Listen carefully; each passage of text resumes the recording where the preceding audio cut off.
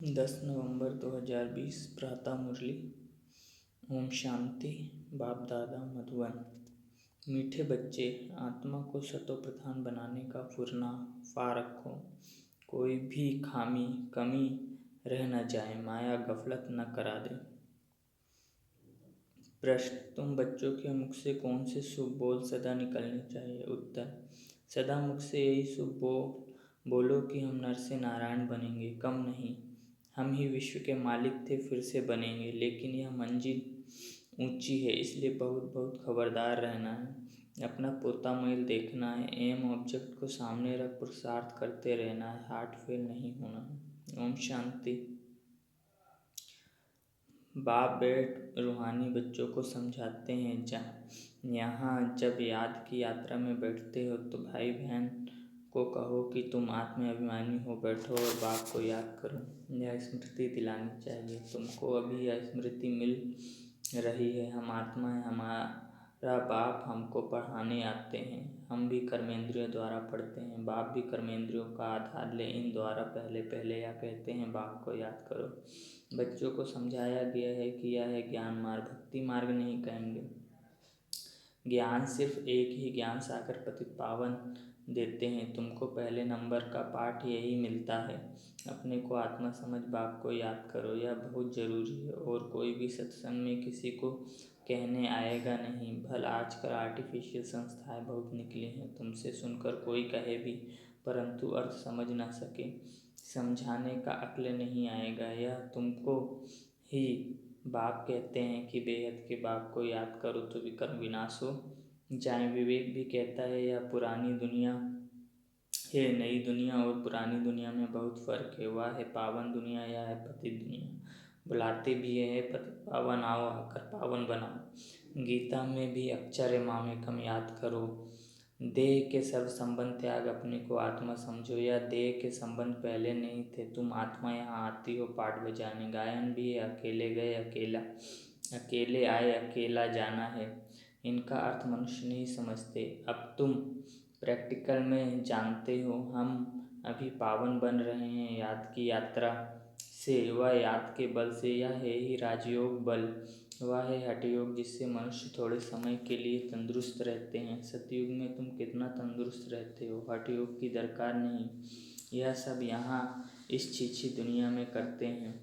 यह है ही पुरानी दुनिया। सतयुग नई दुनिया जो पास्ट हो गई है, उसमें इन लक्ष्मी नारायण का राज्य था। यह जिसको भी पता नहीं है, यह किसको भी पता नहीं है, वह हर एक चीज़ नहीं है। वहाँ हर एक चीज़ नहीं है। गीत भी है ना, जाग सजनिया जाग, नवयुग आया कि आया। नवयुग है सतयुग, पुराना युग है कलयुग। अभी इसको कोई भी सतयुग तो नहीं कहेंगे, अभी कलयुग है। तुम सतयुग के लिए पढ़ते हो, ऐसा पढ़ाने वाला तो कोई भी नहीं होगा जो कहे कि इस पढ़ाई से तुमको नई दुनिया में इस पढ़ाई से तुमको नई दुनिया में राज्य पद मिलेगा। बाप के सिवाय और कोई बोल ना सके। तुम बच्चों को हर बात में स्मृति दिलाई जाती है, गफलत नहीं करनी है। बाबा सबको समझाते रहते हैं, कहाँ भी बैठो धंधा आदि करो, अपने को आत्मा समझ करो।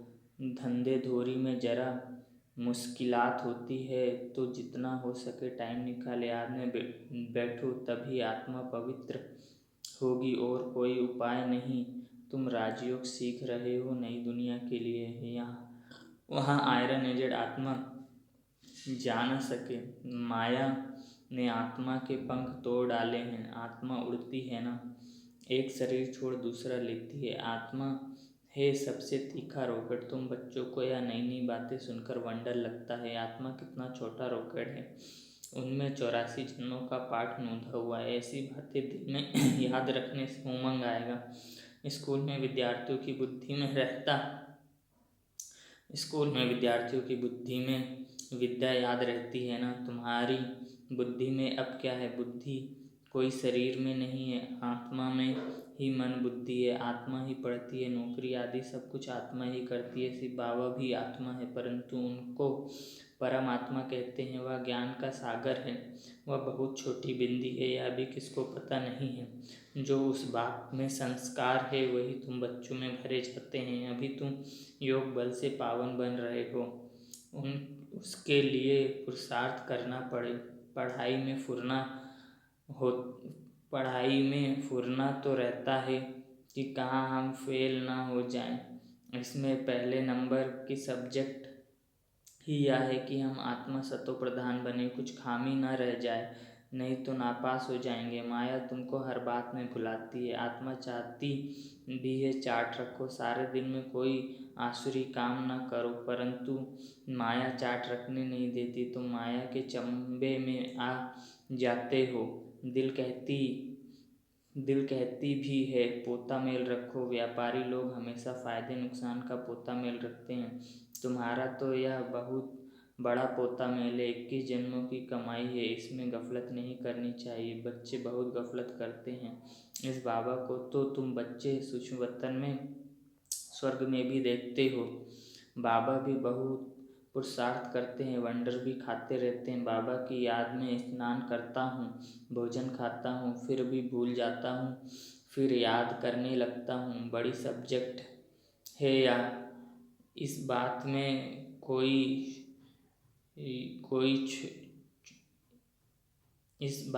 कोई भी मतभेद आ नहीं सकता। गीता में भी ये देह सही, देह के सब संबंध छोड़ो, बाकी रही आत्मा। देह को भूल, अपने को आत्मा समझो। आत्मा ही पतित सतो प्रधान बनी है। मनुष्य फिर कह देते आत्मा निर्लेप है, आत्मा सो परमात्मा सो आत्मा है, इसलिए समझाते हैं आत्मा में कोई लेप छेप नहीं लगता है। तमोगुणी मनुष्य शिक्षा भी तमोगुणी देते हैं, सतोगुणी बना न सके। भक्ति मार्ग में सतो प्रधान बनना है। हर एक चीज़ पहले सतो प्रधान फिर रजो तमो में आती है। कंस्ट्रक्शन और डिस्ट्रक्शन होता है। बाप नई दुनिया का कंस्ट्रक्शन कराते, फिर इस पुरानी दुनिया का डिस्ट्रक्शन हो जाता है। भगवान तो नई दुनिया रचने वाला है, या पुरानी दुनिया बदल नई होगी। नई दुनिया के चिन्ह तो यह लक्ष्मी नारायण है ना, यह नई दुनिया के मालिक हैं। त्रेता को कोई भी नई दुनिया नहीं कहेंगे। कलयुग को पुराना, सतयुग को नया कहा जाता है। कलयुग अंत और सतयुग आदि का यह है। संगम युग कोई MA BA पढ़ते हैं तो ऊंच बन जाते हैं ना। तुम इस पढ़ाई से कितना ऊंच बनते हो। दुनिया इस बात को नहीं जानती कि इनको ऊंच किसने बनाया। तुम अभी आदि मध्य अंत को जान गए हो। सबकी जीवन कहानी तो तुम जानते हो। यह है नॉलेज। भक्ति में नॉलेज नहीं है, सिर्फ कर्मकांड सिखाते हैं। भक्ति तो अथाह है, कितना वर्णन करते हैं, बहुत खूबसूरत दिखाई पड़ती है। बीज में क्या खूबसूरती है, इतना छोटा बीज कितना बड़ा हो जाता है। भक्ति का यह झाड़ है, अथाह कर्मकांड है। ज्ञान का गुटका एक ही है, मन मना भव। बाप कहते हैं तमो प्रधान से सतो प्रधान बनने के लिए मुझे याद करो। तुम कहते भी हो हे पतित पावन, आकर हमको पावन बनाओ। रावण राज्य में सब पतित दुखी हैं, राम राज्य में सब पतित राम राज्य में हैं। राम राज्य में सब हैं पावन सुखी। रावण राज्य नाम तो है, राम राज्य का किसको पता नहीं है सिवाय तुम बच्चों के। तुम अब पुरुषार्थ कर रहे हो, 84 जन्मों का राज भी तुम्हारे सिवाय कोई नहीं जानते।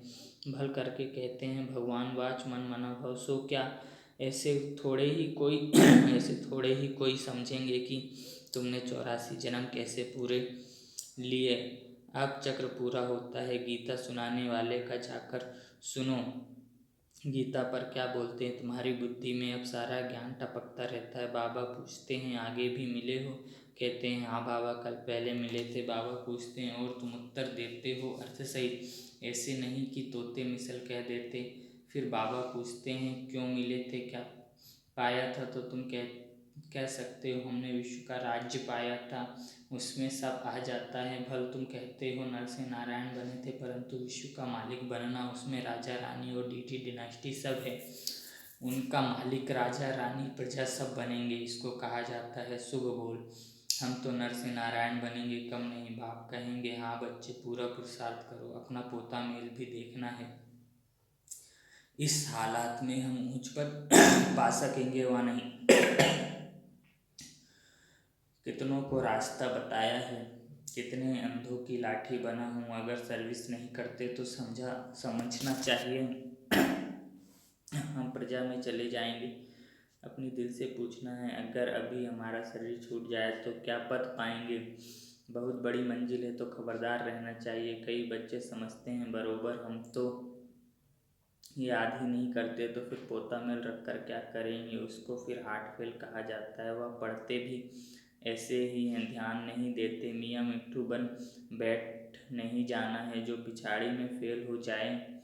अपना कल्याण करना है, एम ऑब्जेक्ट तो सामने है। हमको पढ़कर यह बनना है, यह भी वंडर है ना। कलयुग में तो राजाई है नहीं, सतयुग में फिर उन्हों की राजाई कहाँ से आई। सारा मदार पढ़ाई पर है। ऐसे नहीं कि देवताओं और असुरों की लड़ाई लगी, देवताओं ने जीतकर राज्य पाया। अब असुरों और देवताओं की लड़ाई लग कैसे सकती। ना कौरवों और पांडवों की लड़ाई, पांडवों की ही लड़ाई है। लड़ाई की बात ही निषेध हो जाती है। पहले तो यह बताओ कि बाप कहते हैं देह के सब संबंध छोड़ अपने को आत्मा समझो।